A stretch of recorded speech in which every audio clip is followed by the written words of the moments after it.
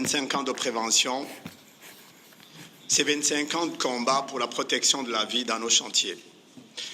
J'ai vraiment envie de dire bravo à tous ceux qui sont engagés dans ce combat avant nous. Nous sommes pour la plupart jeunes dans la profession et nous avons une courbe ici qui montre que nous sommes passés de 300 morts dans notre métier, dans notre profession en 91 et nous sommes à 120 aujourd'hui par an. C'est encore trop. C'est ça nos projets, c'est ça nos chantiers. Nous connaissons tous le prix de la vie de chacun. Eh oui, la vie de notre compagnon vaut aussi la nôtre. C'est peut-être ça notre challenge, notre engagement à chacun. Alors oui, hommage à vous tous qui nous avez précédés dans ce combat. La courbe baisse, et bravo, c'est qu'il y a des choses qui sont faites. Le combat est permanent. Des acteurs industriels que nous sommes heureux de représenter devant vous, mais nos combats des assureurs et des législateurs d'autres batailles, c'est celle de l'innovation technique, dans la recherche de solutions. Des solutions sûres et éprouvées par les normes pour obtenir la réduction, voire la disparition des accidents ou des risques. 120 morts par an, c'est un tous les 2 jours dans nos chantiers. Oui, l'échafaudage de pierre reste la meilleure solution pour les travaux de façade, de toiture et de grosses maçonneries. Mais il y a hélas dans un chantier beaucoup d'autres domaines. Il y a des trous, il y a des fosses, il y a des glissades. On l'a vu tout à l'heure. Et l'accidentologie est malheureusement une réalité permanente à l'intérieur d'un chantier.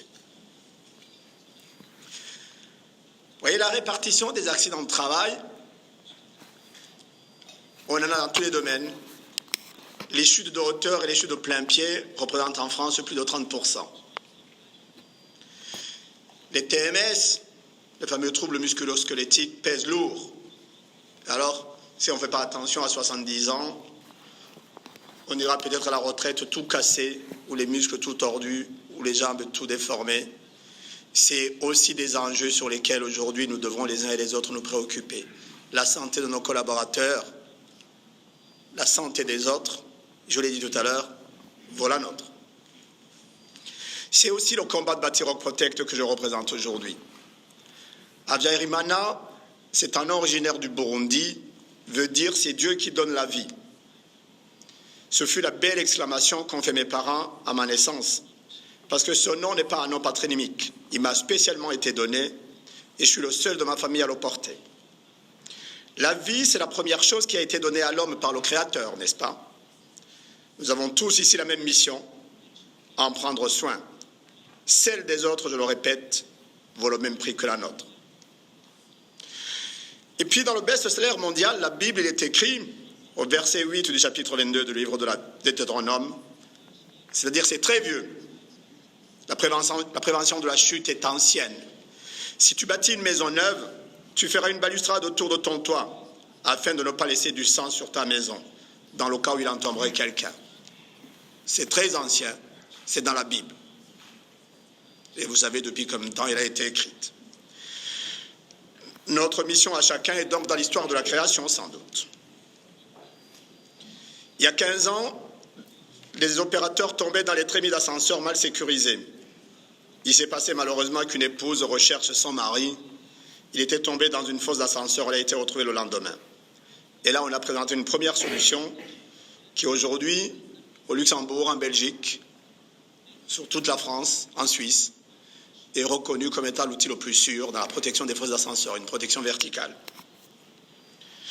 En maçonnerie, des solutions qui répondent aux exigences existent, mais il en existe d'autres. Et des fois, vaut mieux une absence de solution qu'une mauvaise. Dans les murs en briques que vous voyez ici, il y a eu un mort.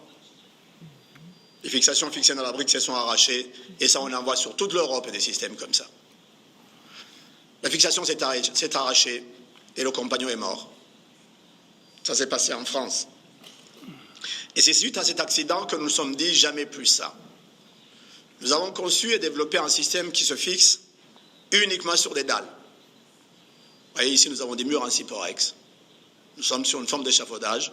Il n'est pas de pied, mais il est encastré dans les dalles. Et ce produit a été éprouvé par les normes, aussi bien en France qu'en Allemagne par la DGUV. nous les avons rencontrés, ce produit commence à percer sur le marché allemand. Les Allemands commencent à l'adopter. J'ai donc envie de dire que dans l'industrie, la norme et le code du travail doivent être aussi notre seconde Bible, car nous devons de tester les solutions pour démontrer qu'elles tiennent, qu'elles répondent aux exigences de sécurité du personnel. Ce n'est pas toujours le cas.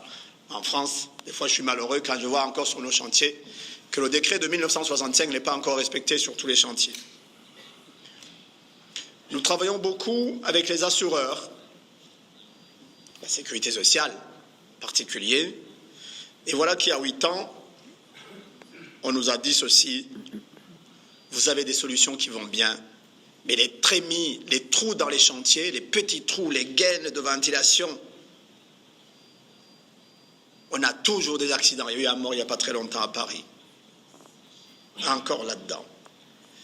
Et chaque chantier, encore aujourd'hui, dans la trémie, dans les trous, bricole une solution adaptée. Et c'est dans le bricolage qu'on a des embrouilles, des difficultés.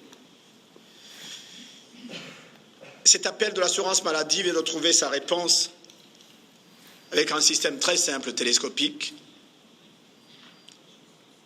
qui s'adapte à toutes les trémies. Alors là aussi, l'enjeu pour nous a été de se dire qu'il faut trouver un système très léger, pas très lourd. 13 kilos, c'est la plus lourde.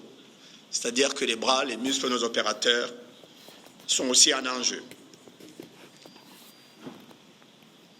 Et en 2016, à cet endroit, nous avons rencontré les gens de la Begebau. Marco Einhaus, que je n'ai pas eu le plaisir de voir ce matin, avait repéré certaines choses. Il nous a dit: venez en Allemagne.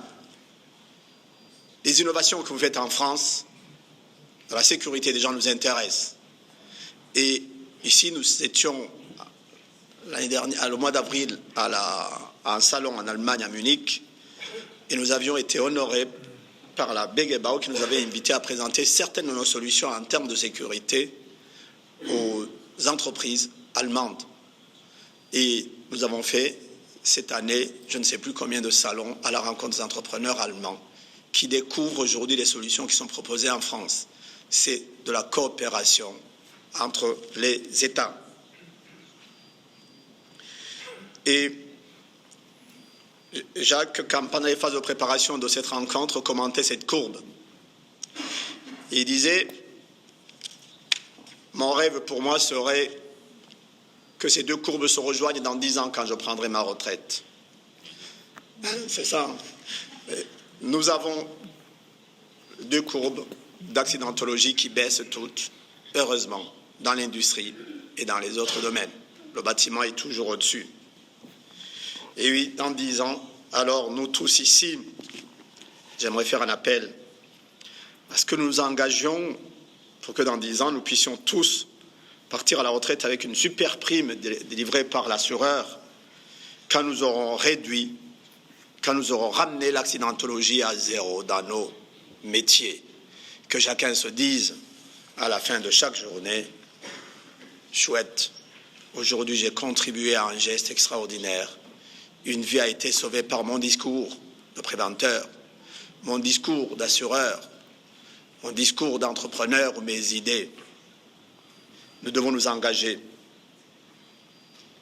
pour que nos politiques et nos opérateurs, tous, nous menions ce combat pour que nous puissions nous dire: oui, l'accident n'est pas une fatalité.